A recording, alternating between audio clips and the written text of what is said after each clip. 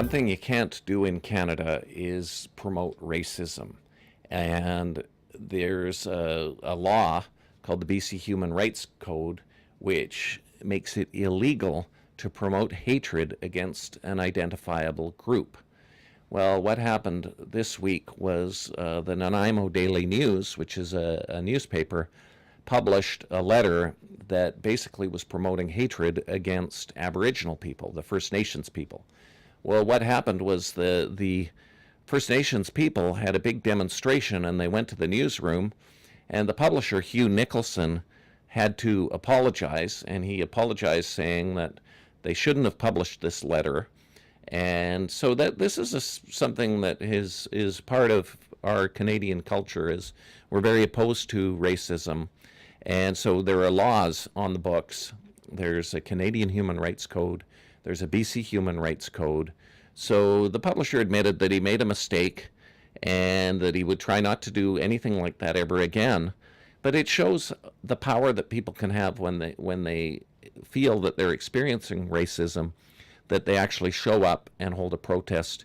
We've seen this in the Chinese community in the past, where they've sometimes protested against coverage in various newspapers, especially several years ago when there were people would be buying real estate, and they'd make the connection that kind of confuse investment and immigration. When somebody immigrates to Canada, you know, they're taking a big step, sometimes a lot of risk, moving to an unknown country to create a better life for their family, and that should be welcomed. Well, sometimes it wasn't welcomed in the past, and that led to protests against the media. And we've seen people of South Asian descent hold protests outside the Vancouver Sun. So what we saw this week with the Nanaimo Daily News and Aboriginal people is not unusual. It doesn't happen very often, but it's also a reminder of, that we live in a country where we try to oppose racism. Another story that was in the news was in Ottawa, involving a member of Parliament from Langley named Mark Warawa. And what he was doing was he wants to talk about abortion in Parliament. And he's an opponent of abortion. But the Prime Minister, Stephen Harper, is in the same party as Mark Warawa, and he didn't want his member of Parliament in his party talking about abortion. So the MP did this anyway, and this caused a big kerfuffle and controversy in Ottawa, and it's a sign that some of the members of Parliament are getting frustrated about the level of control by the Prime Minister in particular, but also the Conservative cabinet.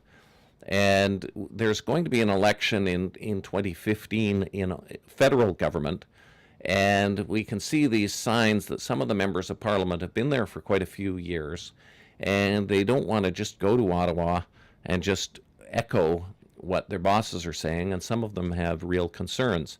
So this has triggered some discussion in Canada about the level of democracy for the politicians. That there was a famous statement by Pierre Trudeau when he was Prime Minister, and he said 50 meters or 50 feet from Parliament Hill, MPs are nobodies. And of course the MPs didn't like hearing that, and I don't think it's fair to say that members of Parliament are nobodies.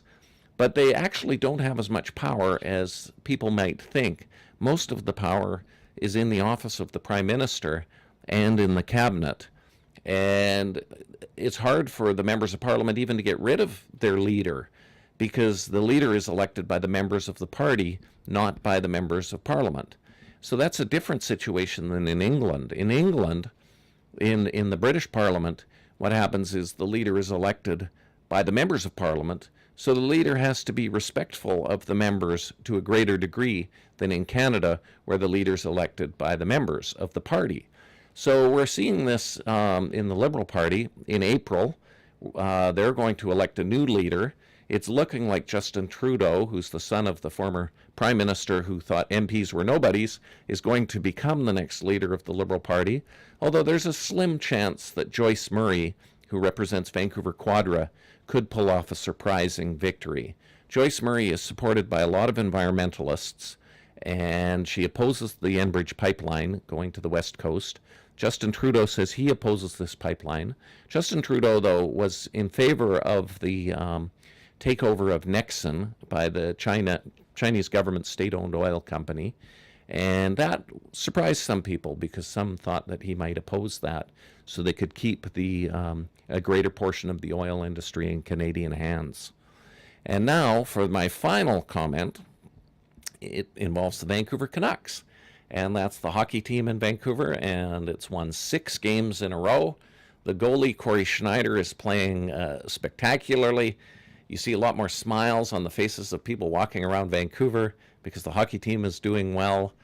And once they start losing, that's when trouble starts and people get a little more grumpy at work. But for now, things are going well. And for WOW TV, I'm Charlie Smith, editor of the Georgia Straight. Ngoy.